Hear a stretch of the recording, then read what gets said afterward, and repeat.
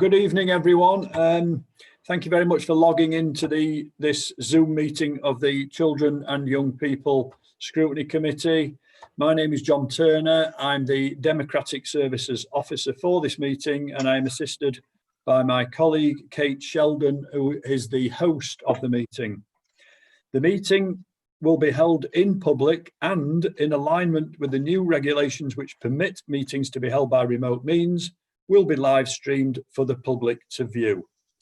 To make the meeting run as smoothly as possible, can I ask that all participants keep themselves on mute, indicating to the chair only when they want to speak and then putting themselves back on mute afterwards. One final thing for the members of the public watching in, you may see members and officers looking to the left and right of the screens. They're not being distracted in any way. They're simply looking at paperwork which is held on other devices. I'll now hand you over to the chair of this meeting, Councillor Mick Rooney. Thank you, John. Could I just add, in terms of the attendees, we have a number of young people here this evening, and some of them are a little nervous, they tell me. Well, can I just say that there is absolutely no need to be so. Because everybody else on this committee will at some time or other made an absolute fool of themselves in public. So don't worry about it. Could I also say, just in terms of contributions, if I'm assuming that the young people can see the chat thing at the bottom there, yeah? So all I would ask is if anybody wants to ask a question, make any sort of contribution, that you just put your name in the chat, and I will keep looking at that regularly and call people in at the appropriate time, okay? And the next thing to do is a set of welcomes. These are in no particular order. They're not in order of seniority or popularity. They just happen to be as people are in front of me on the screen, okay? So I'm going to start with myself, obviously. I'm Councillor Mick Rooney, and I chair this meeting, and I represent Woodhouse Ward. And the next person is Kate. Sorry, Chair. I'm Kate Sheldon, Member Support and Civic Manager at Sheffield City Council and host of the meeting. Alice. I'm Alice Nicholson, Policy and Improvement Officer, providing support within the council to this committee. Thank you very much. John. Hello there, I'm John Turner. I'm the Democratic Services Officer for this meeting. Cliff. Hello, my name's Cliff Woodcraft and I'm the elected representative for Fulwood. Thank you. Mike Levery. Mike Levery, Shadow Cabinet Member for this and Deputy Chair for this committee, and Councillor for West Ecclesfield. Thank you. Alan. Alan Law, Firth Park Councillor. Cheers. Sam.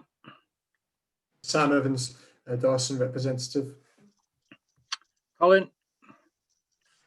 Councillor Colin Ross, I represent Doran Totley Ward. Thank you. Kevin.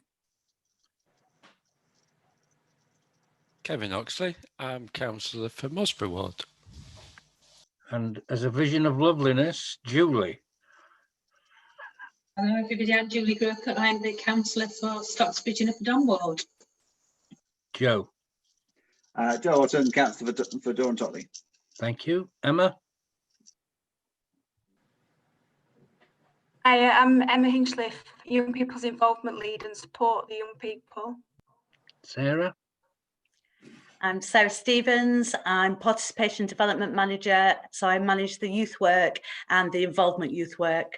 So it's lovely to see all these young people here today. Thank you very much. Jackie.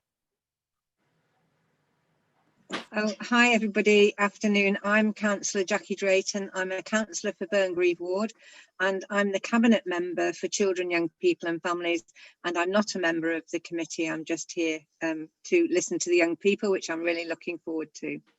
Thank you. Laura.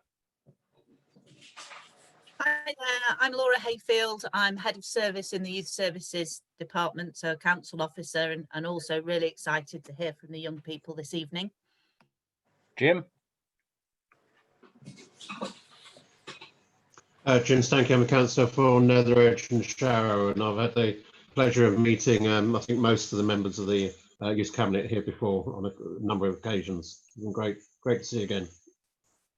Gary? Good evening, Mike. Before I start, Mike, just some housekeeping. We've got Francine has joined us, and she's had Alison Teal's name under her face, and now she's got Sophie Wilson's name under her face. And I just wondered if officers can put the proper name up. Anyway, I'm Councillor Gary Weatherall for Shire Green and Brightside Ward. Thank you. She might prefer one of the others. You never know. Have you asked her? I've got someone's name, Nye Roberts, but no face to that. Can you hear me, Nye?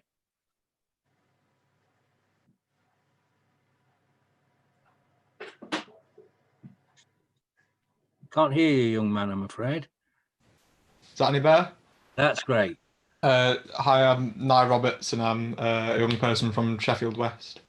Cheers. Rizar? Rickzar? You're on mute. I'm sorry about that. Okay. I'm Rixa, and I'm a young person from Sheffield East. Thank you very much. I think the next person is Francine Johnson, but it could be any one of many. You're on mute, Francine. Hello, I'm Francine and I'm a councillor for Stocksbridge and Upper Don Ward. Cheers. Jude. Hello all, my name's Jude and I'm a young person from Sheffield West. Thank you. Thank you. Alison. You're on mute, Alison. Yeah, so it was being stubborn. I'm Alison and I'm one of the councillors for Nether Edge and Sharrow. And last but by no means least, Anne, I think. I've got everybody then. I'm Councillor Anne Murphy, councillor for Crooks and Crosspool, and acting as a sub tonight. Thank you very much. I think, yes, Alice. If possible, it's gone on to more than one screen. You've got two young people that you've not introduced, one called Isaac and one called, is it Neve? Is that how you pronounce it? Right, I see. Thank you very much. Didn't realise that. I'm not, oh dear. It's not been a good day. Where is this person? Well, shall I say, so is it Neve? Is that how you pronounce it? Do you want to introduce yourself? There we are, I think. Hi, I'm Neve and I'm from North Sheffield. I have now got Isaac. Hi, I'm Isaac. I'm a young person from East Sheffield. We can't see you, Isaac. Sorry, I don't have a webcam. Okay, mate. Cheers. Alice, did you say there were three people? No, I think that's it. That's it. Okay. Yeah. If there is anybody out there that I'm not introduced, I do apologise. It's not personal or deliberate. Right. After that, we are now on to apologies. Councillor Mike Chaplin, I know that. I know he's not able to make it. Are there any others? I've not received any others, Chair. Thank you. Next item should be exclusion of press and public. There is no reason to do that. No. Has we got any declarations of interest on tonight's meeting? No. The next bit is, while I look at my other device, I believe is minutes of the last meeting. And I'm just going to get them up on my other device, hopefully. Yep. What I'm going to do, just to try and save a little bit of time, is can we take them as a whole as being a correct record, please? Are you happy to do that, members of the committee? Yes? Okay, I'm getting thumbs up rather than fingers. That's great. And are there any matters arising? We'll do that page by page. So I'm looking numerically at page 9. If there's anybody wants to just stop me, this is difficult because I'm looking at two screens at the same time. Page 9, 10,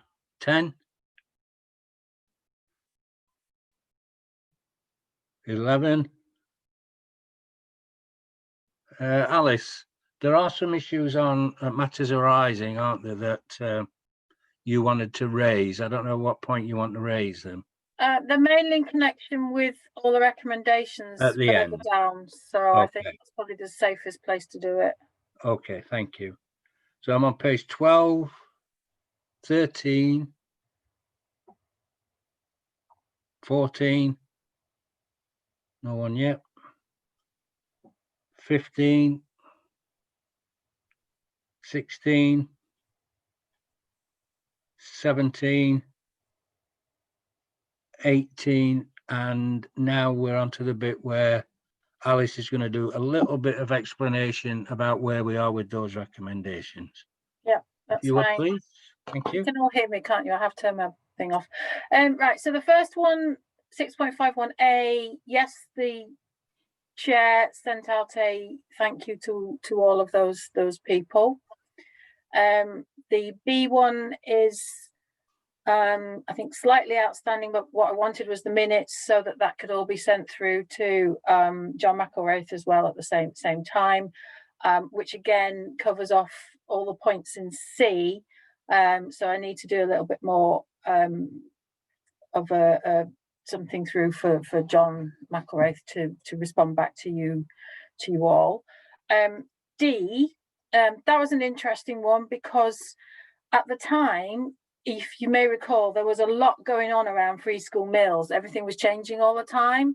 There was the Marcus Rashford campaign and then various other things. So I felt it was not appropriate. It would be kind of presumptuous to send something for it all to then look different a week or two later. So I've held back on that, waiting to see what happened. And then, because the other one in there you're very interested in, and this is for the young people particularly, was also about exams next year. And I thought it would be worth just waiting to see what the youth cabinet representatives here have to say, if they've got anything particular to say about that, because I think there are some mixed views about that one. So that's why I haven't progressed that one any further. And E, I just put my hand up to say, I've got all the info. I just need to find the simplest way of getting it out to all the members. Okay, are members of the committee happy with that explanation from Alice? Everybody's, I think we're okay with that. Right, now finally, it's the turn of our guests for this evening. And it is nice to see you again. Chair, yes. Chair, sorry, just to complete public questions. Yeah, public questions. Well, I've certainly not received any. No.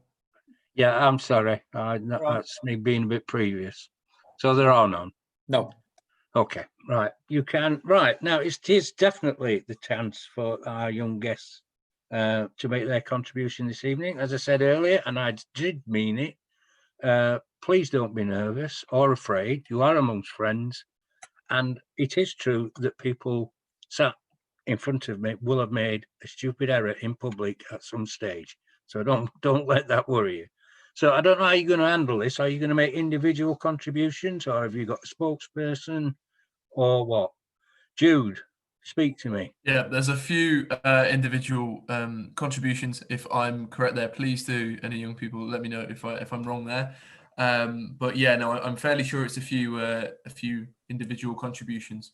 Okay, so if you could use the chat button and just put your name in, and then I will call you in that order, if that's okay. So I'm waiting for the first person to put the name in, or unless, of course, Jude, seeing as how you've got the mic, you want to start. Absolutely, okay. if that's all right. Yeah, amazing. All right with me. Feel free to pull me up if this sort of the way that I'm presenting this isn't very isn't how you do it. If you'd like me to sort of phrase it differently, and just let me know, ask me questions at the end if there's anything that I've left unclarified. But I just wanted to sort of to set out how I was going to structure it.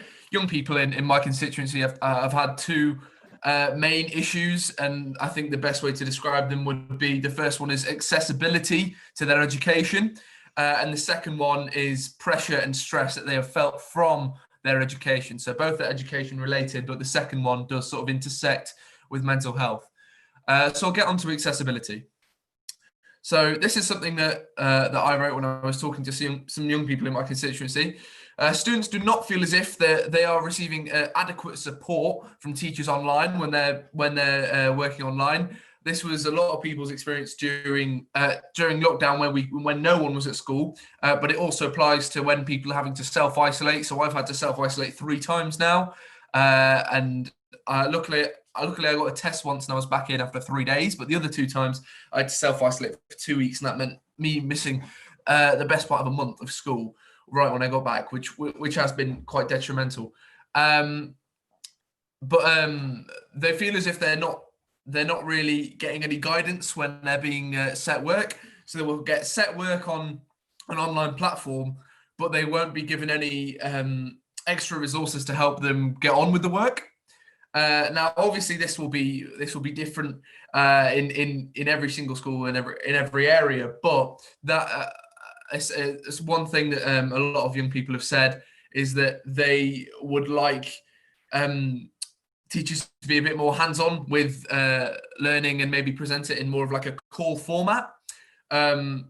So I know that towards the back end of the year, some people who I talked to had started to have like online lessons with school, and their schools had said that the reason they hadn't been able to roll that out prior was due to GDPR regulations, and also because of accessibility to resources to access these calls. And that's the next sort of other issue. When this has been implemented, some young people said to me that they couldn't access it, due to a number of sort of confounding variables when it comes to calls. So they might not have technology that's compatible with calls. So they might not have their own laptop. They might not have their own desktop. They may not even be able to access Zoom on their phone. And even then, if they can on their phone, they can't really keep up with work if work is being set, because you have to sort of do two things at once on a system which isn't really prepared for that. And the students having to like share rooms with their siblings, so might not be able to. Their house might be noisy, so they can't hear their teacher. And so there's sort of 2 sides to the same coin there. A lot of students have found calling for home learning very beneficial, but a lot of young people could not access that too. So that's sort of one major issue which has 2 very different sides to it. Amazing. Well, is that okay? Was that sort of structured all right? That's it. You can structure it whatever way you want, as long as you get your message over. Brilliant. And you're happy that you've got your message over. That's fine by the rest of us. Brilliant. That's just the first bit. Feel free to ask me any questions afterwards. Okay. Amazing. So, and the next issue was something more with exams. So many students, especially those who I've talked to in year 11 and in year 13, so years where there is a lot of exams and they're very much important in those years, they've found the pressure and expectations placed upon them to be very much overwhelming. Many young people have told me their mental health is suffering due to their education rather than sort of bettering now they're back. They feel as if they should by no means have to sit examinations in the current state that they are in, and they know that that's not something that is controlled by their local area. However, some people I talked to said that maybe some resources or maybe some advice would be beneficial. They're worried that they're not going to do as well due to the fact that they were excluded from education for the best part of an academic year, yet they're still being expected by their schools, by their teachers, to do just as well as any year would, if not better, than any other year that has managed to stay in school. A lot of students have also raised the issue to me that not many they don't feel as if many teachers are preparing for the sort of contingency of CAGs, centre assessed grades, as they should be, because even though Ofqual has said that, the Department for Education has said that they will more than likely not cancel exams, Ofqual has also said teachers should be ready in the case of school closures to enforce CAGs. So that's one thing. They're worried that teachers are not having enough material from them that they can properly assess in case of that outcome. So there's a few things there, but it basically boils down to young people are extremely stressed about the exam situation. This is more of a more of a sort of this might change person to person, but the majority of people I've spoken to have said that they don't think exams should go ahead in the state that they are in. Obviously, that might change with young people. You know, that I can't say that is the majority of young people in my constituency. Only the majority that I've talked to, but they definitely feel as if they need more support. So support is the biggest thing there. Amazing. Any questions on that? Can we take them all at the end, if you don't mind, Absolutely, when everybody's yeah, made their contribution? Brilliant. Thank you. And if you were nervous, you certainly didn't show it. Thank you. That's all right. Rixa, please. Hi, so I want to talk about how UCAS and applying for university has affected loads of young people. Because right now, the deadline for applying for UCAS was on the 27th of November. Everyone was used to that. Everyone was fine with that. However, like 2 weeks ago, we was told, everyone stop now, we need to apply for university. So in 3 days, we all applied for uni. It was probably bad, it was good, we don't know anymore. Because people from last year and this year are applying for uni as well. So loads of people are applying. And then now, because of exams, obviously, what was I going to say? Because of exams, people have to change what they were going to study. Like one of my friends, she wanted to study medicine, but she knows she can't get the results anymore. So now she's changed to optometry. It's just stuff like that. And then work experience, because now we have nothing to talk about for our university application, because we couldn't do anything unless we managed to do something online, which was really hard, as no place was offering work experience. Mm-hmm. And that's basically where I'm coming off from. Okay. Do you have a friend with you there? Did I hear another voice? No, it's just me. I was just giving you an example of someone else. All right, I see. Okay, thank you very much. I think it's Isaac next. Have you finished, Rixa? Yeah, I'm done. You've done. Thank you, Isaac. Please. Just leading on from that, as somebody who's a bit lower down in the education system, I'm in year 10. At secondary school level, there has to be more guidance and work experience and the like, because at the moment we don't know whether we're going to be doing work experience or not. And in my school, at least, we do 2 weeks of work experience, which I believe is vital to progressing from school life to adult life. And without this, from the result of COVID, the effects of it can be poor, because obviously people can't get jobs without the work experience. Just a sec, sorry. Not only this, there needs to be more advice regarding careers. As I've got a friend in year 11 who obviously, well, not in year 11 now, but just left year 11 actually, who recently left, and they've been completely left in the open, and she doesn't know what's happening with her careers advice and things like that, or the careers advice was poor. Sorry, I'm sounding bad here.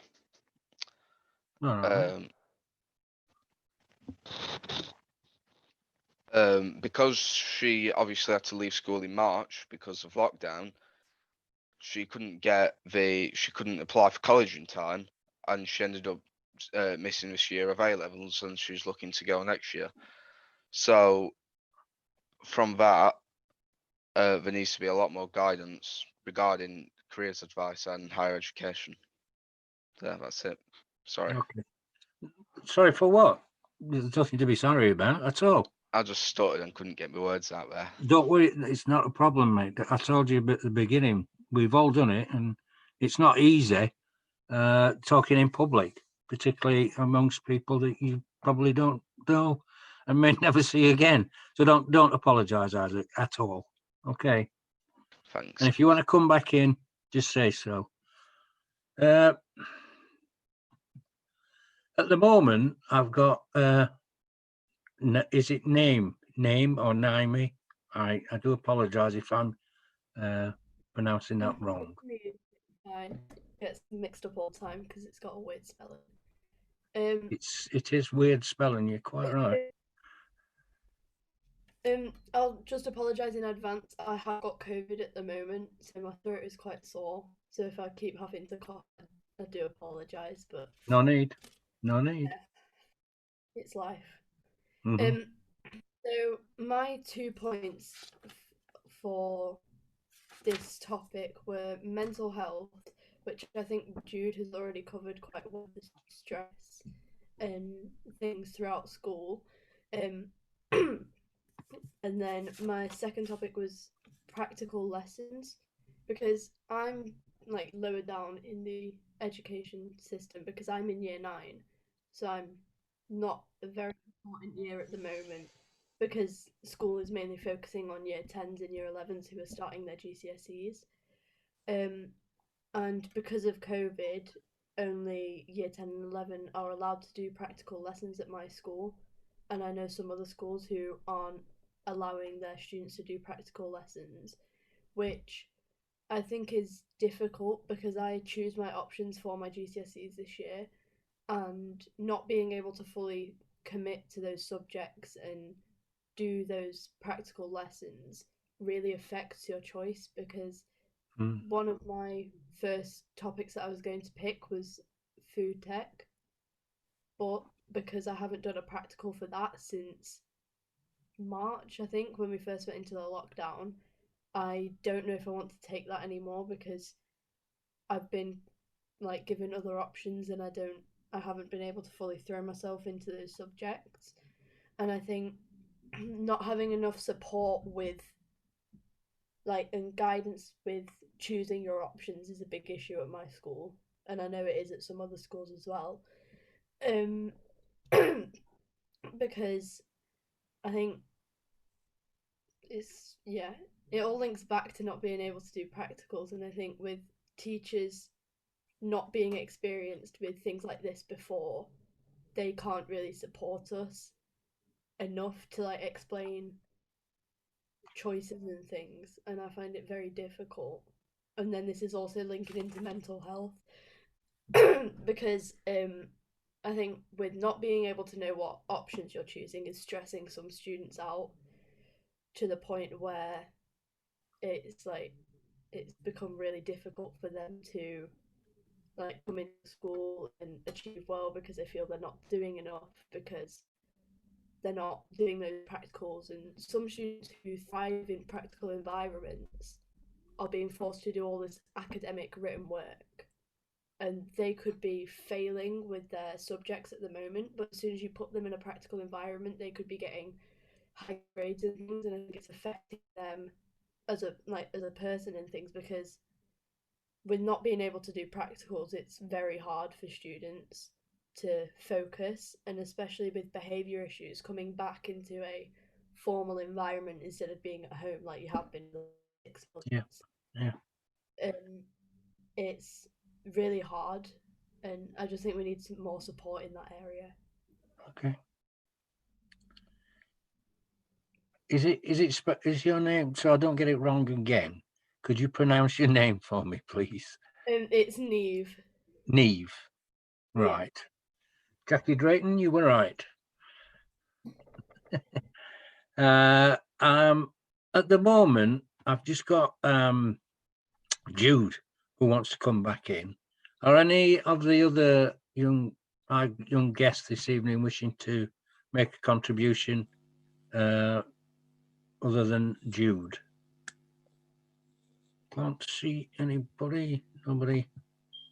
Yes, please. Who was that? Rixa. Off you go then. I really just want to talk about university, because right now, because of COVID-19, we don't know if it's going to be here next year, and then if students from here go to other cities, we don't know if they will just be locked in as well or not locked in. So much people are struggling right now, trying to understand whether or not they should leave their homes and go somewhere else and enjoy the university lives, or if they should stay home and be safe. But then they'll be missing out on maybe 4 years that could be amazing for them. So yeah, it's just a whole change from the end of sixth form to the start of university, because no one knows what's happening. And then stuff like virtual online open days, even though they're meant to be seen as easy, they are so confusing to use. I know so many people that have gone onto an open day and then they left after 5 minutes because the email or the instructions they were given made no sense, and they didn't understand why they should waste their time. So now they don't understand what they're actually going into. So the whole step from sixth form to uni is really big right now. Yeah, thank you. Yes, I would agree with that entirely. Jude. Amazing. I just want to say, Nice popped his name in the chat. It'd be great if he could go first. Has he?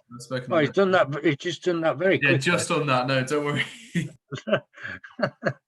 That was sneaky. I didn't see that. No, go on then, because you haven't had a go yet. Yeah. Sorry about that. All right, mate. No I was just going to bring up one small point, which was more building off everyone else's. Is many members of my community and my surrounding area have spoken, and I've talked to them about support at home, not just through school support at home, but from parents and carers support at home. And it really is it's not a level playing field between all the students, because many students have a lot of parents and carers that really care about education and really see its importance and have time to help their child or the person they're looking after thrive in an environment where they're at home and they can revise, and they've got resources, so they've got textbooks and they've got online resources. But a lot of people either don't have parents that are around, so maybe parents that are doctors that are working constantly from maybe 7 till 10. I've spoken to people with parents that they just don't see, and it is so hard for a young person, especially with the mental health impacts that's going on at the moment, to self-motivate to properly revise for the same exams that they would be doing normally, when they should really, again, this is for students who are self-isolating and previously in lockdown. So a lot more learning has been missed out than some people may realize. And it might only be a small problem, but it really does make a large impact on parents who don't value education as much as others, who might not encourage their child to revise as much, might not encourage their child to do all the work, and might actually hinder their child by, maybe not even intentionally, maybe if they've got younger siblings or another disabled member of the family that needs care and needs looking after, and rightfully so, obviously rightfully so, but it really is important, I think, for people to realize that it isn't just like access to things that have hindered people's work. It's also surrounding members of their households' attitudes to education and learning. Thank you. Thank you. All right, this time, Jude, when our guests have finished their contributions, I'm going to open it up to anybody else who wants to either ask a question, comment, whatever. So if everybody else could just use the chat, put your name on the chat, and I will call you. I'll call you in order. Okay, that's all right. Thank you, Jude. Amazing. One more thing about careers that I just wanted to mention, which is something that many young people, especially in my year, so I'm in year 11, many people in my year have mentioned they feel as if there has been a very much unfair intersection between mock exams, which students do usually sit around October, November, and careers, which in some schools can be at very different times, but obviously it's quite important all the way throughout the latter half of year 10 and obviously all the way through year 11. So a lot of students have said to me, and this has actually happened to myself as well, I've had careers interviews bang in the middle of my exams, and they've been like, "Oh right, well you need to apply for your post 16 now, and you need to, we'd like you to get a draft to us by this week, but you know that week I will be doing 4 exams." So it's just a lot of students have said to me that they find it massively inaccessible to be doing both, because they don't know what they should prioritize. They don't know whether they should prioritize revision or working towards building up a profile for careers, because both are monumentally important, you know, massively. But you know, what can a young person do to prioritize in that situation? They shouldn't have to make that call. Amazing. Thank you. Thank you. Do any of our young guests want to make any more contributions before I call the rest of the panel in? It would seem not. Colin Ross. Thank you very much, Chair. But first of all, thank you to the 5 contributions from the Youth Cabinet. You know, quite impressive, and a few excellent points there. Trying to address some of them. I mean, there's I think underlying the themes from Neve and actually Jude, and then Rixar, is all about progression from one stage for the other. Year 9 to year 10, year 11 to sixth form to universities. And one of the things that perhaps hasn't been given a lot of attention is the guidance that's needed. You're absolutely right. University open days are crucial at making decisions about your future for the next three years.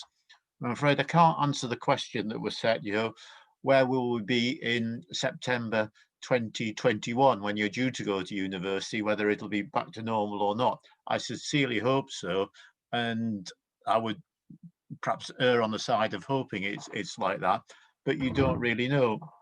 And the fact that you are having to make decisions from year 9 to year 10 with not having practical lessons in things like food technology, and I presume science lessons and so on, is a great disadvantage. And the other situation, which I think has received more national publicity, is the uneven playing field. About Jude, you said you've been out of school, I think for in total about a month, and different areas of the country have suffered more than others. Different schools, different year groups have suffered more than others.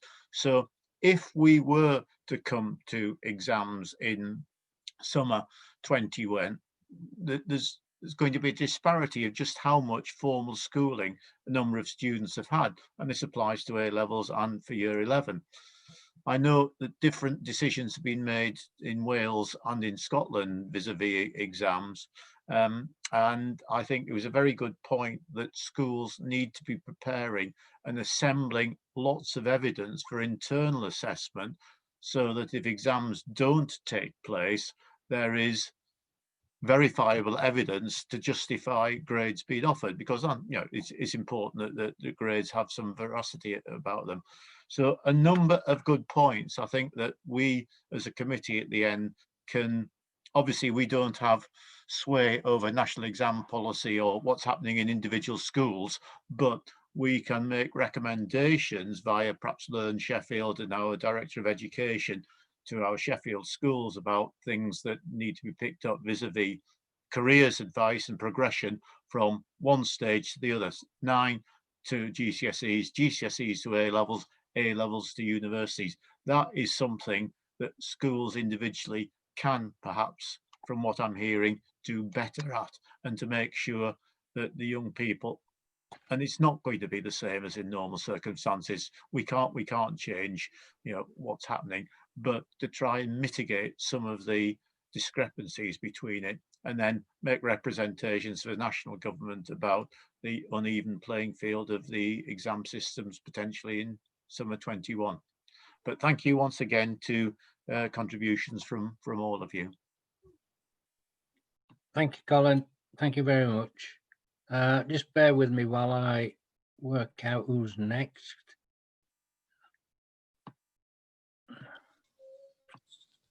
Can't get it to move. Oh dear. It was Kevin next, judging by Kevin, the chat. was it? Yeah. Cheers. Thank you. Thank you, Thank you, Colin. Chair. Thank you, Chair, and thank you to all the members from the Youth Council. I was so impressed with you last time when you came to talk to us, and I'm just as impressed by you today as well. I think you've expressed all your concerns and points very well, and in some respects, it's everything, if you like, I expected to hear by and large in terms of the difficult circumstances we've gone through.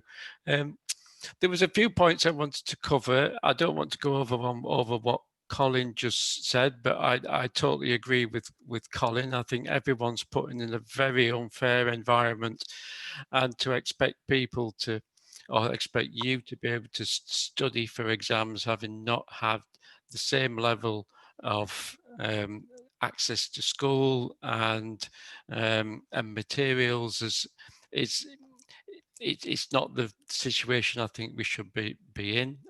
I work for a university in my day job, and obviously in my job I've spent a lot of time over the last few months, if you like, redesigning the university in terms of how we deliver, how we function for those students that have come to us this year and the students that have come back to us.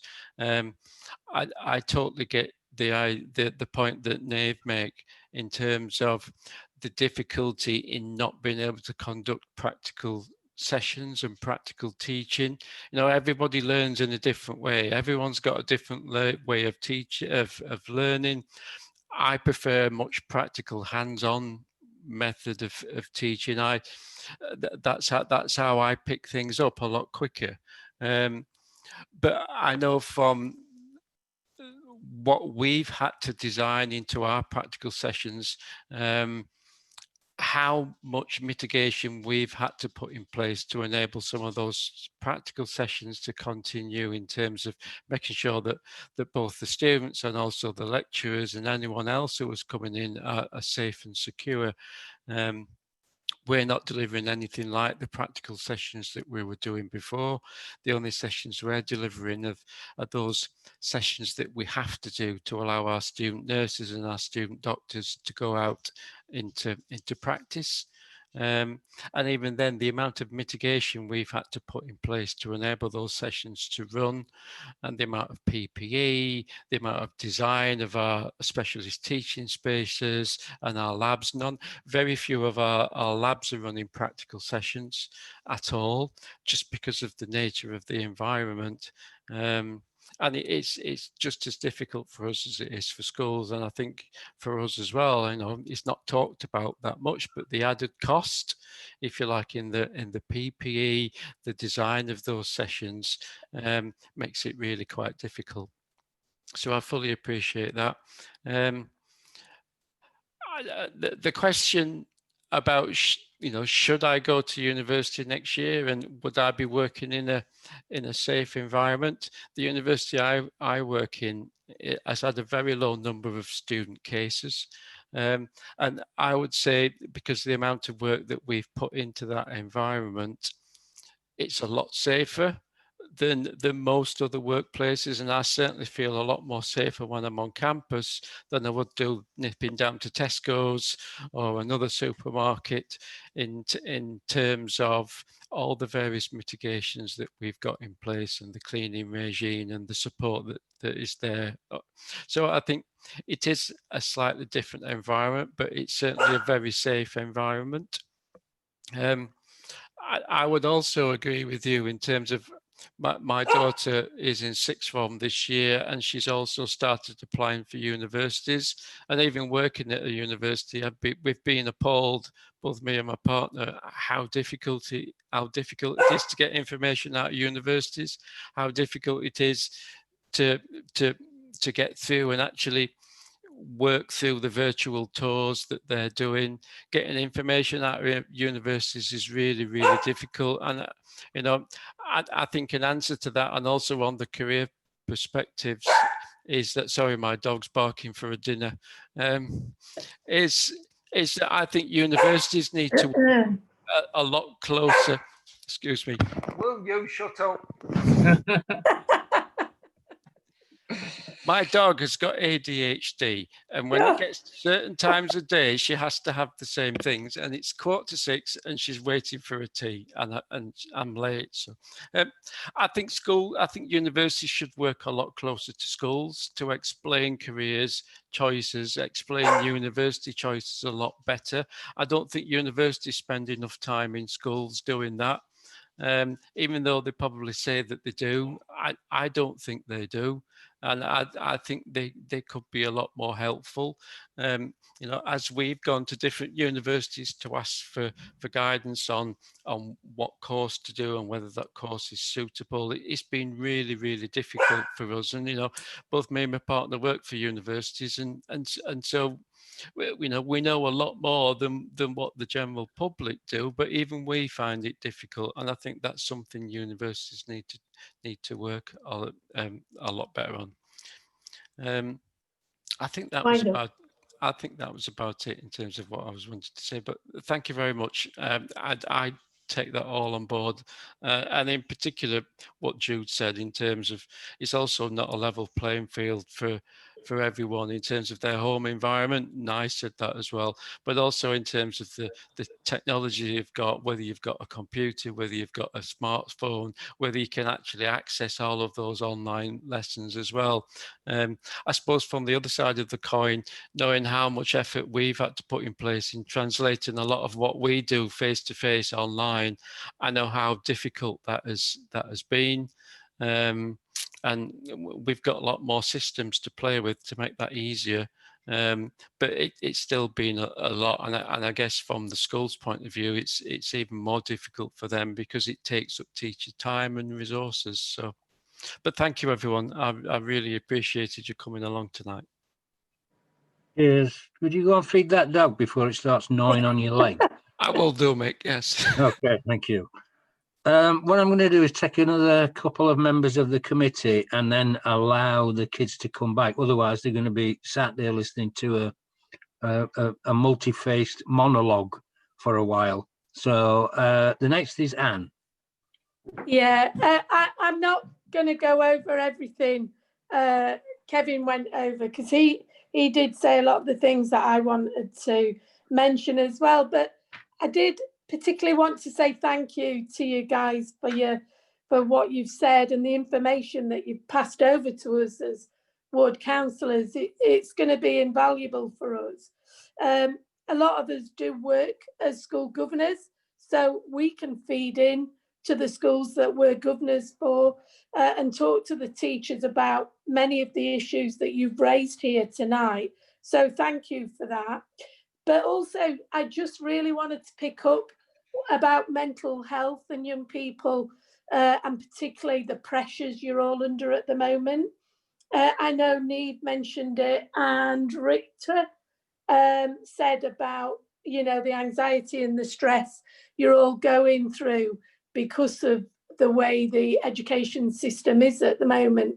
And again, that's really useful for us as councillors to hear, because we can pick that up as well and talk to organisations that we work with about what we can do about that to support and help young people better whilst they're going through this current crisis. And again, just thank you for all your contributions. I think you should all be really proud of yourselves. And I really enjoyed your input. Thank you. Thank you, Anne. Francine. Thank you, and thanks to all the young people for coming to speak to us today. It's really important information, and it's good to hear. I think it's just becoming increasingly worrying, the lack of planning from the national government on exams. And I think, what the young people have said today makes it really clear that it's having a really serious impact on teaching and learning now. We're not just waiting for the impact of this in the summer, it's having a massive impact on young people's experience now, on the stress of not knowing what's going to be happening with their exams, on the stress of missing out on teaching as well. And like you said, Jude, the issue of children missing out on multiple chunks of learning is a big issue. People could be missing out on 6 weeks, which is, you know, a huge amount of time to miss out on, and then be expected to do the same exam as everyone else. So I know that, you know, exams, they are a national issue and they're decided by national government policy, but we can raise the issue. And I was just wondering if, you know, if there are any action points that we could make to do some work as a scrutiny committee, maybe involving Learn Sheffield, speaking to leaders, teachers in the city, just to, you know, push this issue up the agenda and put pressure on the government nationally to start some proper planning for something that is just, you know, we could be in the same situation as summer and have that crisis all over again, Yeah, which we don't want. yeah. I mean, Thanks. thank you. I mean, I would, for what it's worth, and I've already said it on a couple of occasions in public, I think we should scrap the exams for next summer now, because otherwise, and having had a daughter that went through hell about her A-level results this year, I just think it's completely unfair to keep people on the basically on the end of a string, wondering whether or not they're going to get they're going to sit them, are they going to not, are they, aren't they, are they going to get to university, are they not? I think that is completely unfair. So what I'm going to do is bring in our guests back in if they want to comment on some of the things that they've just heard, and then I'll return to the panelists. And the next two panelists after our guests have spoken will be Julie Grocott and then Joe Orton. Okay, so if there's any of you, the young people, would like to comment on what they've just heard, please say so. Can I? Jude, are you wanting to speak? Yeah, just really quickly, I just wanted to say that some recommendations to you know whoever would be good to speak to would be absolutely amazing, and I'm really very much happy to work with you guys on that, because that would be amazing, and I think it would definitely sort of motivate a lot of young people to have their voice heard. I think, you know, if they see their city council actively engaging in their education, that would not only, I think, would it make them more inclined to you know, get involved in their own education, but, you know, try and help other people and level that playing field a little bit more. That'd be really helpful. Thank you. Okay. Is there an? I'm struggling here with looking at several screens at the same time. Emma, the answer to your question is yes. If that young person couldn't be here, then you can speak on their behalf. Okay, away you go. Thank you.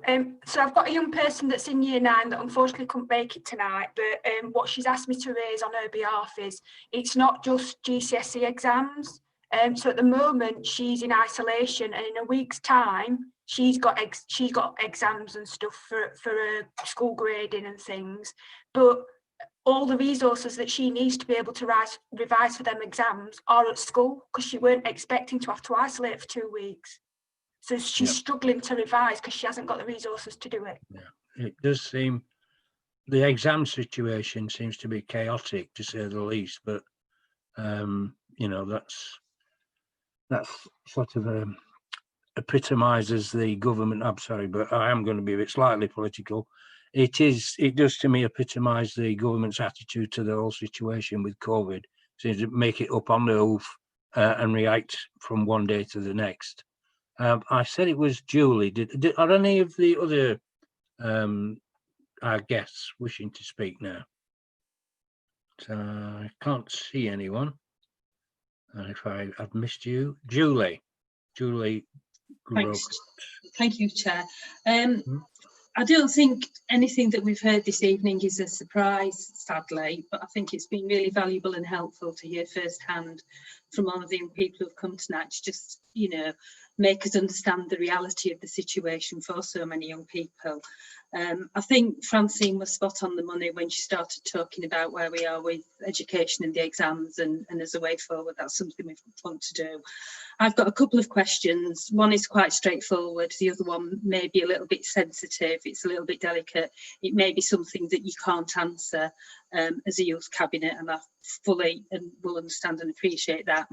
The easier one is the one, something Jude mentioned earlier about the CAGs and the work that needs to be put in to do that. And I think we just need to understand a little bit more. If we're saying that we wouldn't want young people, for all the reasons you've highlighted tonight, to sit exams next year, how confident or certain are you that you have got the work done that needs to be done to make sure that you can be given a fair assessment and grading at the end of that process?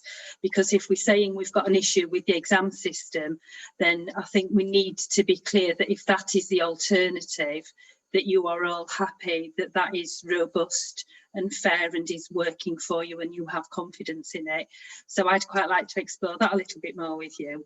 The delicate and sensitive question is around vulnerable students, and I would just be interested to know if any of you have had any conversations with vulnerable students about support that they are getting from statutory services and what that has been like and their experiences of that, if we are making sure that they are still being able to access the support and things that they need, or if there are any issues. I quite understand if that's somewhere that you haven't been or wouldn't discuss with people, but I'll just ask in case there is something there that is a burning issue in relation to vulnerable students and how they're getting support at the moment, and you're not too sure how to raise that. But I fully appreciate if that's a no-go area. Thank you, Chair.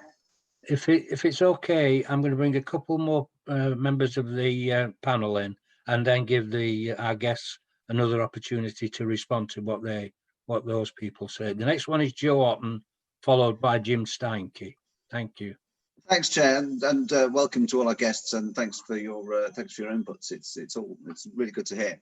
I want to go a bit deeper into the question about exams, because I mean I'm not convinced that necessary cancellation is the best idea. I mean, we're looking now, we may have a vaccine rollout starting before the end of the year. If the vaccine, the Oxford vaccine that the government's bought 100 million of is good and is available in February, March, then everybody could be vaccinated by April, May, June. I mean, and if we've cancelled exams, we may all look a little bit silly. But the question in my mind is, how do you make up for, and how do you account for the amount of disruption that you've had?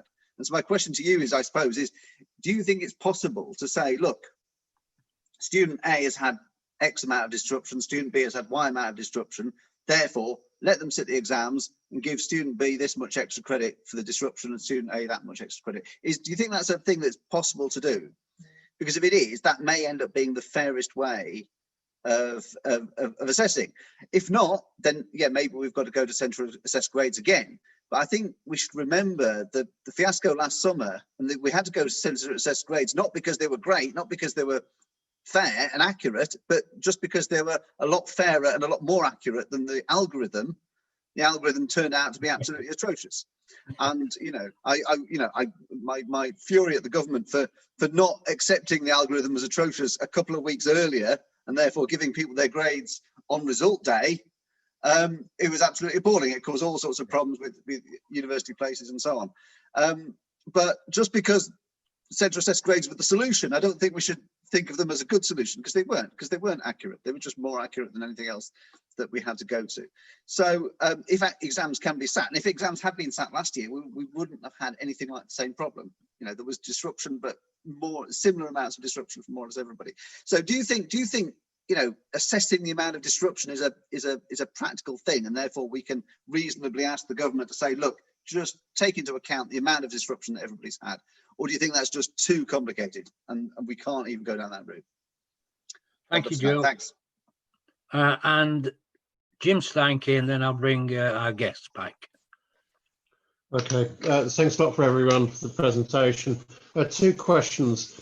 First is picking up Nye's point about in terms of encouragement at home. And I think that's a really difficult one and quite a sensitive one in some areas. It's particularly the issue about the whole digital divide and about access to IT, and Kevin's already referred to this. I suppose I'm interested to know ways in which you think that we could help bridge that. Clearly there's more machines needed in terms of iPads, etc. But it's more than that, I think, than just kind of, it's how do you, from your perspective, think that we could address that so that you know, what needs to be addressed during isolation or lockdown, etc., actually kind of improves digital access to a number of pupils who are, you know, clearly kind of sharing machines, doing homework on phones, etc. So I'm interested to know how you think that could be done. The second question is about the whole exam system as a whole, and I suppose I work on a basis of never letting an opportunity created by a crisis go to waste. And it seems to me that the whole discussion that we maybe need to, it's not about whether or not exams should or should not be done in terms of next year. Personally, I think that they shouldn't, but I think there is an argument about whether exams level up or whether they level down. And I think that the answer to that is both and neither. And I think there needs to be part of that discussion. I think the way that the kind of exam system works in this country, I think is kind of in long need of overhaul. And I'm aware that there's been changes, but compared to some other countries, and I'm interested to know from your perspective, how you think that in the middle of all this uncertainty, you think we could actually make, if we keep some kind of exam system, how that could be improved, and maybe a blend with continuous assessment and exam systems, and that to be revisited in some way. One question. Right. Okay. I'll bring our young guests back in if they wish to comment on what they've just heard. Is there anyone? Judy's raising his hand, which is cheating, but never mind. Off you go. Amazing. I'm happy to, but anyone else, feel free to take any questions. I don't want to be sort of hogging them. So feel free. I'll have the chat open just in case anyone, any other young person would like to chip in. Okay. Well, I keep checking the chat. Amazing. That's why I'm sort of looking here, there, and everywhere at the moment.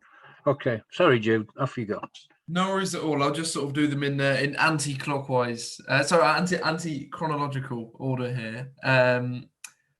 Councillor Jim, the question about exams in general, and do I think that, do me and the young people in my constituency feel as if they're fair? No, is the short answer. We don't think that they would have been fair 2 years ago before coronavirus was even an issue that anyone was talking about, or let alone affected by, because I mean, look at the demographics and look at the demographics and against the results. I don't think it's going to be fair that, you know, someone living in the north from an ethnic minority background, who may be who may be a minority in any sense, living in the north rather than the south of England, is more likely to get a lower result. I don't think that statistic should be put down to just, oh well, it's because educational facilities are not as good there. It's because people from that demographic don't engage as much. I think that is far too much of a simplistic view, and it's massively reductionist. We have to look at it holistically and see, you know, why are certain people disadvantaged. And I think that exams only further that gap in the amount of disadvantage to advantage. My personal view, I've talked to some people in my constituency about this as well, is that I believe a sort of a blended qualification system. So possibly this is just an example, half exam and half coursework, or non-examined assessment.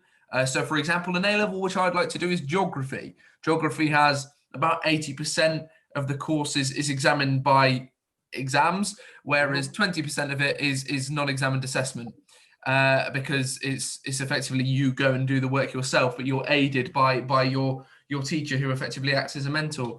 I think that's way fairer because that allows actual engagement with your education provider, which people may not be spurred on to do if they are simply offered the concept of exams, because it's basically you sit down in a room and regurgitate some knowledge that you've so-called learned over the past few years. And I know that that's also quite an unfair view, because there are some positives to exams as well. It can eliminate some forms of teacher bias, but ultimately I don't see that happening nearly as much as it should to qualify the existence of exams as a fair system. I don't think it's fair at all, and I think we as a country should look towards blending it much better, making it so that those who do well under exam conditions can have their marks, but also those who aren't as good in exam conditions, who might need scribes, who might need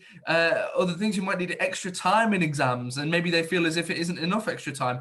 Those people can still get at least half of their marks on an exam, on an assessment for a qualification through something that is not an exam. Because I'm not alone when I think I hate exams. I do not find them a very healthy environment whatsoever. You're sat in a room with a bunch of people looking at you, walking around, and I find it very disturbing. Really, I can't really get on with work, but obviously that's going to be different for everyone. Does that answer your question? Okay, is that amazing? Yeah. Right. Brilliant. Going back then, Councillor Otten. Yes, amazing. About the sort of system of seeing how much disruption a student has had, I think it would be far, far too complicated, personally, because, so for example, a friend of mine at school has been isolating over the course of our 3-week mock period. Now, that's going to cause a lot more disruption to their learning than missing 2 weeks, say, the last 2 weeks of term before Christmas, where a couple of the lessons near the back end of those 2 weeks are going to be a little bit more laid back. Not because teachers are making them more laid back, just simply because students are excited. And, that's natural. But, that's just an example. I think measuring it by amount of weeks lost would not be fair, because then you've got, people who may be vulnerable to COVID wise. So for example, I'm asthmatic. I have to be a lot more careful about COVID than a lot of other people do, because if I get it, I'm more likely to be more drastically affected than other people of my age. So if I do get a possible infection, then I'm going home, and I need to, and I can't take that many tests. So I will have to self-isolate for the entire 2 weeks. But then you've got people who haven't yet had a test, so they can get a test, go back in, and their sort of scale of disruption is going to be far lower. So it's just something that couldn't really be coordinated given the resources and given the time. Before May, we're not going to be able to sort of do that cohesively at all, I don't think.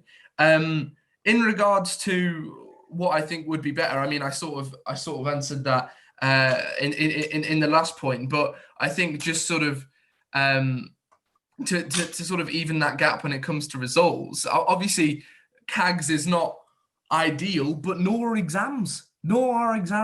And I think especially in this circumstance, exams would be far more polarizing than CAGS would. There was, I'm not even going to mention the algorithm. I don't think that could be fixed to the point where it would be useful by any stretch.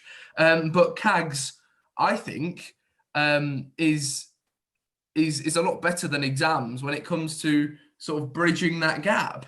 And I think we've seen it in Sheffield. We've seen it. I think it's fair to say that the results from CAGS, obviously you only really have the algorithm to compare it with, were much fairer and much more of a true valid picture of students' ability than the algorithm would, and the exams would be. Because if you got me to sit an exam at the end of last year when I'd been off for 5 months, but they thought I was sort of working to the same standard, I don't think I would have got nearly as high of a grade. And I think most people would say it's nearly as high of a grade as I could. And the same will go for this year, because by the end of this year, I could still have gotten 8 weeks off school, judging by the amount of time I've been in and the amount of time I've been out in the first 2 months. So I think that it's not just about whether we can sit exams by June, it's whether that would be effective. Because yes, the vaccine is absolutely great news.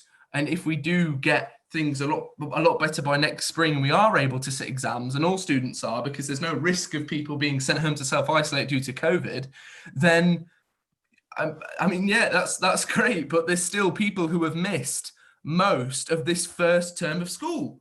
And that just simply wouldn't be fair. And, you know, like you said, that there'd be no way to aptly measure that. So I don't think that an examination series in June would be fair. I think it would be far more polarizing than CAGs would. And I think now we have more time to prepare for CAGs.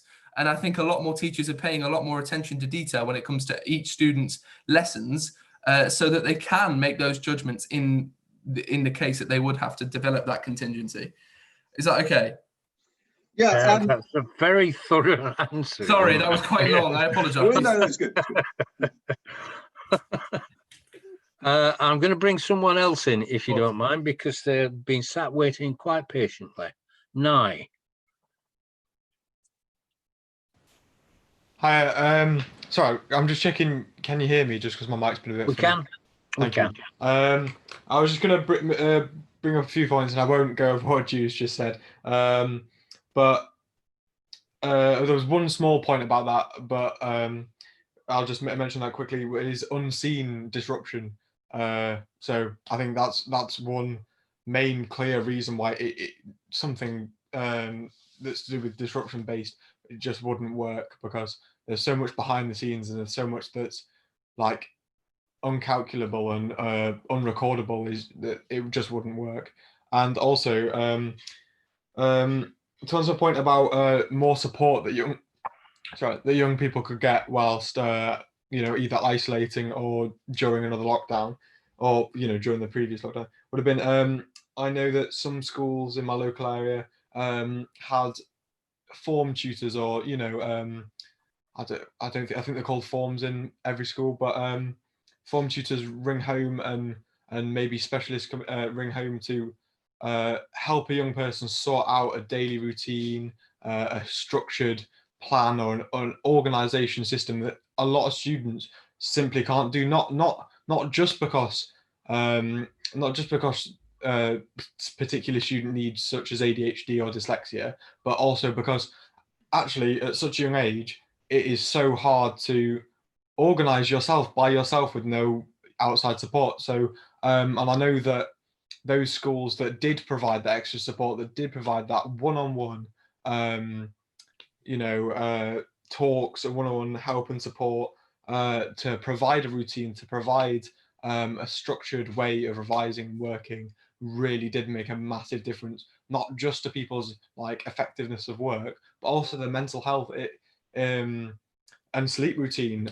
Sleep routine was a massive thing during lockdown. I think it still is when it comes to self-isolating, because a lot of young students who have to go into self-isolating for 2 weeks completely destroy their sleep routine and basically become nocturnal and never see daylight until suddenly they're back at school. And for 2 weeks, again, another 2 weeks, that's a month, they are knocked out because they are absolutely shattered and they are tired, and a routine would solve that problem. And that's why I genuinely think that pretty much every single school bringing a specialist to be able to ring home and help with a one-on-one routine and timetable would massively make a massive significant difference. Sorry, struggling to get my words out. Thank you. You're welcome. Thank you very much indeed. Brickstar, please. You're still muted. Unmute. Thank Sorry you. about that. My phone was okay. messing up. I've So got I one want to. So I want to talk about the A-level versus BTEC level 3 subjects right now, before going to university, because I'm doing BTEC level 3s, but all my exams got cancelled because A-level they take cover because they're obviously better. So I've already got my predicted grades, so I'll be fine, because after December I'm basically done with school, even though I'm at sixth form, because I only have coursework left to do. And then it's only A levels now, and their life isn't as easy as mine, because even though I missed the same amount of time as they did, after December I'm done with school and I pretty much have the grades I need. And that means that in some cases I would potentially have better UCAS points compared to them, even though they've done harder work compared to me and had to revise loads more, because I only have to do coursework right now compared to my friends who are up all night, all day revising for exams that they don't even know it's going to happen or not, which is really annoying for some people. So that's what I want to say. After December, I finished school. Thank you. Thank you indeed. Right, I haven't got any more of our guests, so I'm going to go back to the list of committee members, and I think the next one is Sam. I think I'll just check. Like Levery. Is it? I do so. apologise. I apologise to my deputy chair. I will take my punishment later privately. Cheers, Mike. Off you go. Gosh, this is difficult, isn't it? Yeah. Just a couple of things to start with. Neve talked about options and guidance at year 9, and the lack of help and advice. It doesn't matter if you don't get it exactly right. I think if you're going to leave at year 11 and you're going to do your GCSEs, you have to have an understanding of where you want to go, and therefore whatever you take for options has got to meet that expectation. So if you're going to go into engineering or take an apprenticeship of some form, then those options have to match up where it is. So that's about all I can say on that one, but it isn't easy, you're right. Work experience, Isaac mentioned. I'm afraid in the current climate, it's hopeless. Retail and leisure are shut down, hairdressers are shut down. The chances of actually getting something that you might be interested in are virtually nil. So I'm afraid I can't see any way that work experience is going to work at the moment. I worked with the governor in a lab school on careers and this sort of thing, and I can't see anybody coming forward to offer it. So I'm afraid that's lost. In terms of year 11 and year 13, and the business about exams, my great concern about a decision made to go on with exams is that in year 10, which is the key year where the most of your curriculum is learned, you've lost half a year of teaching. And it's extremely difficult to get it back while you're expected to revise, to do mock exams, and all this in year 11, which is the bulk of what year 11 is about. And I'm absolutely disappointed with this government that it doesn't recognise that. I asked a question at the last Scrutiny committee about, particularly for pupil premium kids, have they caught up by half term? And the answer was no, they haven't. So how on earth are they going to learn the full curriculum, do the necessary revision, do the mock exams, and go into an exams having covered those subject areas in the depth that's necessary to do the best they possibly can? And I'm no believer in getting halfway through the year and then say, okay, we'll go on teacher assessment. That's just hopeless. That doesn't work either. This decision should have been made in the summer so that the kids can learn the full curriculum, get everything that's necessary out of it, and have in place a structured assessment so that you can be assessed at the end of it. Because at the end of the day, the next step on is so important. And if you get to university and you haven't done sufficient in your A-levels in learning the curriculum, so you get a good start at university, you're having to catch up there again. So this is a ridiculous situation to be in my view. And I've loads of sympathy for all you kids in year 11 and year 13. I can't give a lot of advice. other than do your best. And if it is exams, good luck. Thank you. Thank you. One of the things that I'm going to struggle with at the end of this is pulling it all together. So if anybody can think of a suggestion as to how we do that by the time we've finished, I would be really, really grateful, because there's so much being going off, and I am listening to what's being said, but I'm also trying to juggle with screens and this, that, and whatever. So if anybody can come up with a really good idea about how we do this, that would be great. Sam. I'll have a go at that, Chair. Thank you. But firstly, thank you to the guests. You've been brilliant as always. I think I just want to lend my voice to the crowd of saying that, you know, we need to be doing something about exams and trying to put pressure on the higher ups to knock them on the head. I think one of the things that seems to be adding to the stress and to the mental health difficulty is the lack of certainty. You know, people are making decisions to change careers into careers they don't want to necessarily do, and they're having to hedge their bets because certainty isn't being provided. We're seeing certainty provided into other places, and an expectation that delivery is going to be lesser in other places. You think of the furlough scheme that's been now rolled out till the end of March, because it's expected that, you know, in the working world we're not going to make as much money, and ask for that certainty. So I think, you know, just that we should be trying to push for that certainty and do it now, and that it's a failure that it hasn't happened when UCAS is already upon us. So I guess as far as trying to operationalise that, I think Alice said that she hadn't written to the MPs. Is that right? Yeah, and so I was trying to also go through my papers and follow everything at that point. So I suggest maybe we could add that to that there seems to be a almost unanimous position on trying to pull those exams out and look at CAGs and trying to do that rapidly and getting some certainty there.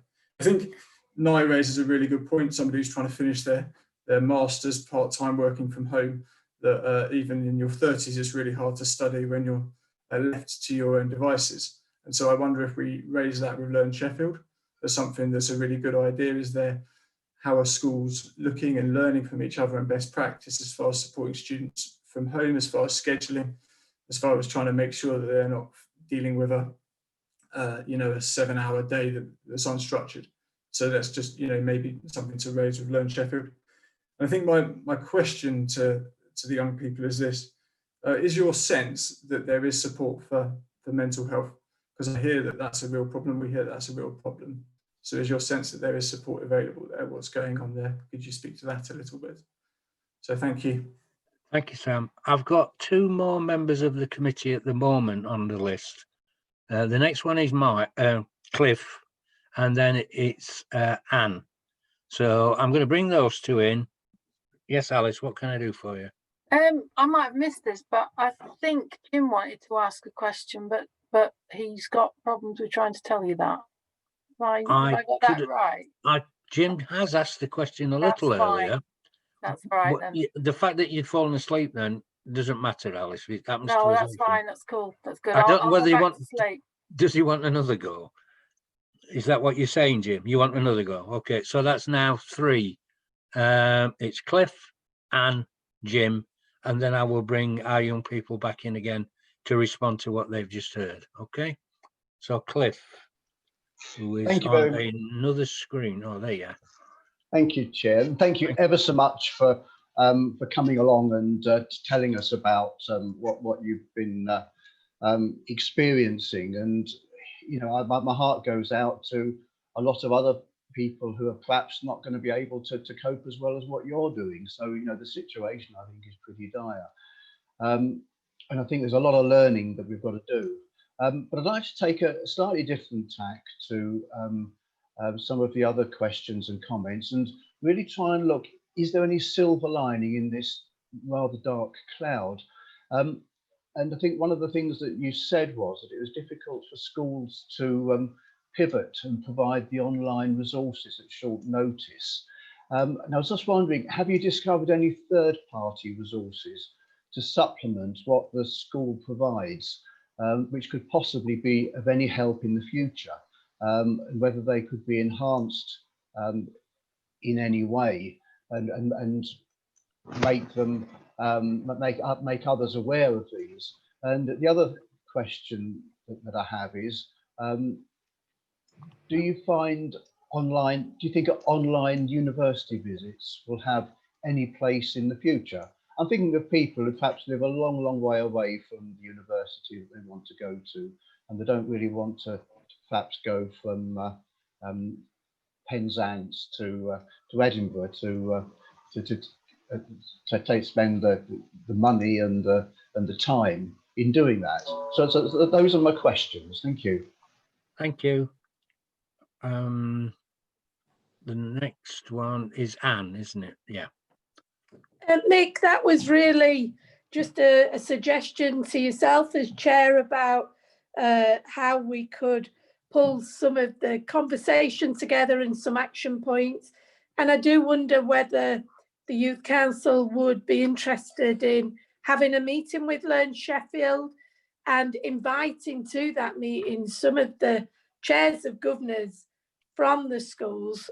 Some would be ward councillors, but others are members of the community as well, who have children and families experiencing very similar issues that the young people have spoken to us about, but also looking at some of our other leads of our services to be at that meeting so that they can also hear what the Youth Council is saying and the really good relevant points that they've put to us all tonight. So just a suggestion, really, Mick. That's Thank okay. you. I mean, there's no problem sharing that at all. I didn't realise it was just to me, but yeah, I mean, the more people that hear the voice of the young people that we've got here this evening, the better. Because there's no point in us just sitting and listening. There are other people throughout the education system that need to listen to what's being said to us this evening. Yeah. And we can try and find a way of accommodating that. I'm not going to go through the details of it now, but I'm quite happy with Alice and reps from the Youth Council to find a way of getting this conversation said elsewhere. Okay, would that be okay with you? Yeah, no, that's great. Thanks, mate. Okay. Isaac is just telling me that he's got to leave. Thank you very much, Isaac. It's been a pleasure having you here. And I don't know whether you're at home, but if you're not, a safe journey home. And thank you again for your presence this evening. Who's next? It was Anne, and then Jim. Yes, Jim. Thank you very much. Cheers.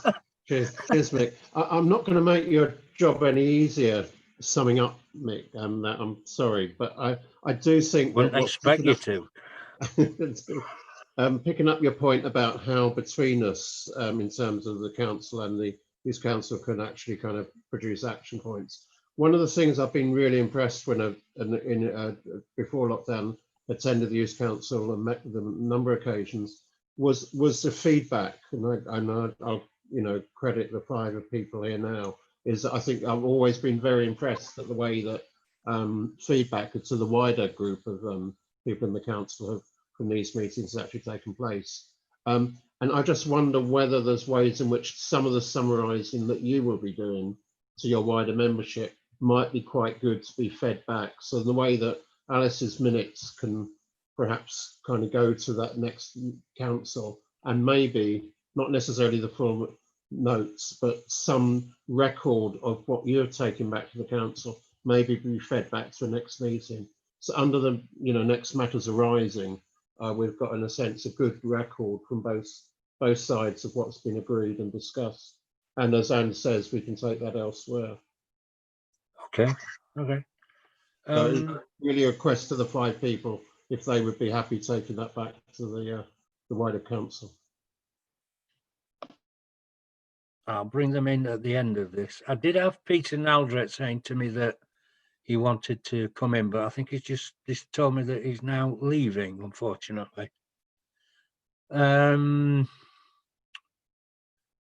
It's Jackie Drayton wanted to come in. Thank you very much, Chair. I just wanted to say thank you so much to Neve, Rixar, Isaac, who's gone, Nye and Jude, for coming here, and thank you, Chair, as well, for allowing me to be here to listen, because for sharing your views, your experiences and your concerns, and as has been said by other members, it makes this, you know, we all know a lot of what you said, but you don't know it from the lived experience of the people that are going through it, and it's really powerful. It is really powerful. And you do make a real difference. I think for me, one of the things that I've been to recently was to a book launch from our Children in Care Council. Have done a book of poems, and they did a lot of work there was a lot of work out of school time, but doing some work around writing. And I wondered how much, one of my questions was, I wonder how much the creative subjects are being used in your schools to help you, because I think it's been a very anxious time for all of us, to be honest. And you know, you've talked about how you felt at school, and I know some teachers, and I know they've been anxious too, and some people who work in schools, and it's been an anxious time for us all. And so it's about how you can get through that. I think Nye made a really good point about that having a timetable. I'm hopeless at the moment. I feel as though I'm not sure what I'm doing. I'm here listening on Zoom all the time and then going off. And anyway, I just think it's really, so you've made some really interesting points. And I do think that we need to clutch onto the arts and to music and writing and drawing and whatever. And it's those practical things as well that I think can get you out of your head, which is great. And I was very concerned, and I think, you know, we all know that work experience is gone, but it is concerning to know, not just if you don't go to university, maybe there won't be as many jobs out there for you. So we need to keep lobbying, and I hope this scrutiny board will write to the MPs to get them to lobby as well. And we need to, don't we? I always say, amplify your voice out there. And the scrutiny board is one way of plugging it in. You've been playing quietly with an amplifier. Now Mick and the rest of this board is going to plug you in to blast it all out, what you say, which is absolutely fantastic. Amplify it out. And I personally will take it back. Councillor Abdisam Mohammed was very sorry she couldn't be here today, but she's not very well at the moment. So I will take it back to her. She's the Cabinet Member for Education and Skills. The Director of Education and Skills is unfortunately not able to be here, Andrew Jones, interim director. So I'll take it back to him, and they will take it back to Learn Sheffield, and we'll see what we can do through that way, that route as well, to see how we can influence and make a difference. But I think the issue around mental health and all the issues have raised have been really, really important. I'd also like to take this opportunity to thank Emma and Sarah for helping you and supporting you along the way, because they are so brilliant, and I know you would want to say that anyway. It's been great, but thank you all very much. I wish you much luck. And just for me, the worry I have is I think we shouldn't have exams. You shouldn't have that hanging over you. But to be honest, I'm also worried about teacher assessments, actually, because will you have done all the work that you should have done? Will you have the grades that you thought you might have? Because if you've missed so much work, will you be able to fill it in? And that's another pressure on you. So maybe we should forget exams this year, but then how would you get into university if you were going? How would you get a job if you're leaving? It's very complex, isn't it? But thank you very much, Chair, and thank you for allowing me to be here. No, pleasure, absolute pleasure. Do our guests want to say a last word before they leave? Jude? Just a quick one, just saying, I think in regards to a silver lining, Councillor Cliff, about resources online, I think there's plenty of third-party resources online. A lot of them are things that your school will probably pay a subscription for, and you can ask your school, do you have a subscription for this? So one that I know of is Twinkle. A lot of schools use Twinkle for exam resources and for lesson resources. I've been to their headquarters. It's actually just off my road, and it's really, really good place there. And I know a lot of schools have subscriptions there, so a lot of students can be asking their teachers, you know, can I log into this, or can you send me resources for this? Just when a teacher has a spare minute. So I think definitely that's something that should be mentioned a bit more, just third-party resources, because, you know, teachers need a bit of chill as well. You know, they've had a lot to do in this last year, and I completely appreciate that. I can see it. I've had 1 o'clock, 2 o'clock in the morning conversations with my chemistry teacher about an exam I've got the next morning. So I completely get that. Yeah, amazing. Thank you all so much for listening to us. It's been really good to present, and you know, it's been really, really good and really accessible online, which is great. I wouldn't say worried, but I was a bit like, oh, how will it go? But it went brilliantly. Thank you all so much for listening, and I hope you all have a lovely evening. Thank you. Thank you. Neve, would you like to say anything before we finish this for the evening? No, it's all right. Thank you. Okay. Rixa, anything? No, I'm okay, thanks. Okay. Nai? Nothing really, other than thank you so much for being really supportive, because I know it's already been said, but I know a lot of young people are quite anxious when it comes to formal meetings and things like that. But thank you so much for being so supportive and really understanding, and it really does help to see that rather than just meeting a brick wall like sometimes we usually do, it's really good to hear that, you know, a lot of people are sympathetic about it and really do understand what we're going through. So thank you, really thank you. That's very kind of you. I mean, anybody that ever watches my chairing of meetings, they could never really call me formal, I don't think. Quite a few other things, but formal is probably not one of them. The problem I've got before we all leave is we need to find a way of summing up what's happened tonight, and I'm genuinely want to make sure that we get it right, that as much of it has been said this evening has been covered, and that it goes to the right people. So I'm asking really if you could indulge me, Alice, Mike, if he's willing to, and someone from the Youth Council to come up with basically a set of recommendations from this evening, because I genuinely, I mean, the amount of ground that was covered was phenomenal, and so many different subjects and so many different potential avenues to explore in terms of who to lobby, who to write to, who to do this and that, whatever, that I couldn't keep track of that. I'll be quite honest with you. So if you're okay with that, that we will meet up as quickly as we can. If anybody else wants to volunteer, that's fine. But those are the people that I would certainly want to be part of the summing up. So are you happy with that? Somebody talk to me.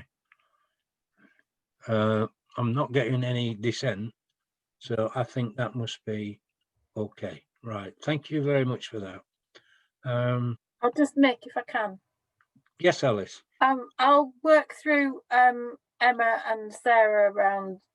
Yeah. You know who's the best. It might be it's all of them, all the young people, all the youth cabinet that were here today. And they do have some recommendations that they put in their paper, but there are a few things.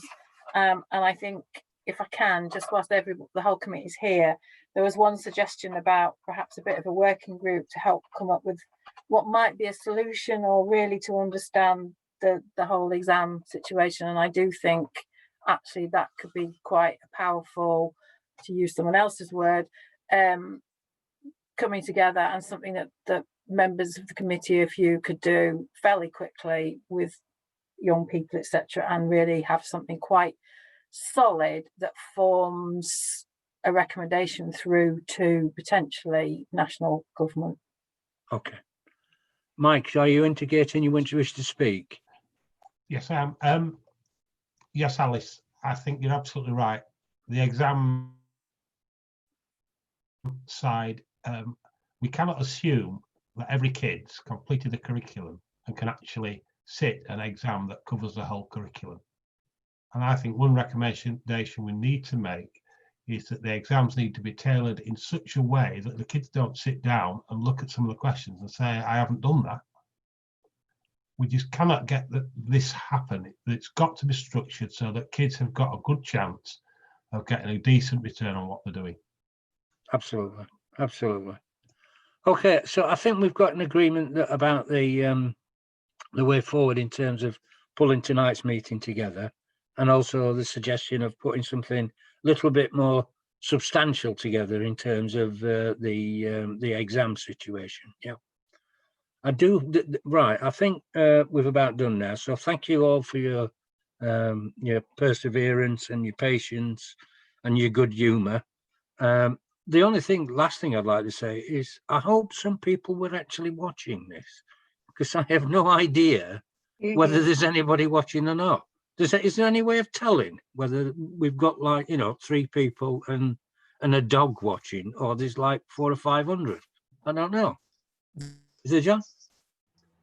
There is, Mick, but I don't think we can produce those statistics now. It's something that after it's done, we look back and there is a record, yeah. Right. It's just curious because I've done quite a few of these and I have no idea whether anybody actually watches them or not. It'd be interesting if you could provide the statistics for tonight's meeting, John, please. Just from my curiosity. Okay. We had a dog watching. But we've definitely had a dog watching, yes. Yes, I can vouch for that. A hungry dog. A sad, hungry dog. Right. Thank you very much. I think that's it for this evening. I wish you... Bye, everybody. Thank you. Thank you, Chair. Thank you to the young people. Thank you for having us. Thank Bye you. for now. Thank you, everyone. You're welcome. Cheers all. Bye. Thanks, Chair. Bye.